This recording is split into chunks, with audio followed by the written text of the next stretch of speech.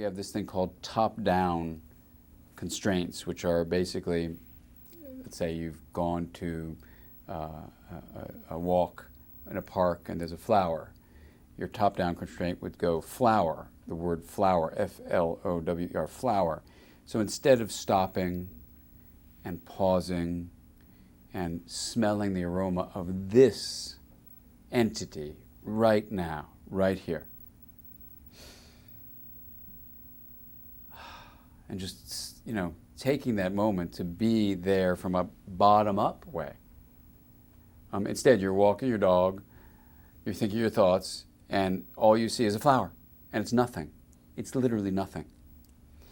So, in the same way in romance, I think what can happen is top-down brain processes that, we could talk about how that happens in the brain. We know how it happens, but the bottom line is you have these ways that incoming data, which is called bottom-up, get constrained by top-down influences. So you say, this is my wife. This is just a flower. This is just a wife. And these top-down constraints in a busy life are kind of automatic. It's kind of what the cortex does. The cortex is built to be a pattern detector and an anticipation machine. That's how we can drive on a freeway, anticipating the patterns of driving that another car is doing.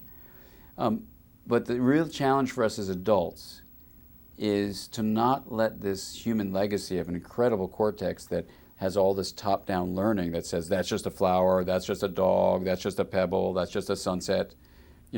How do we actually awaken ourselves to embrace the miracle of being alive?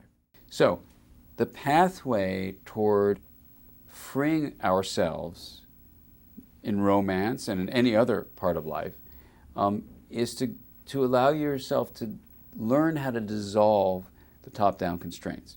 So in the mindful brain, I actually talk about the neural mechanisms of doing that.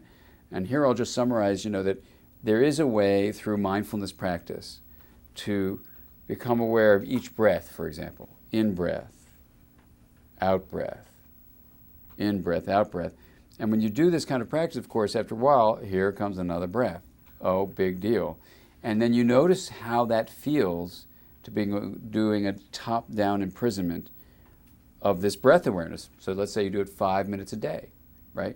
10 minutes a day.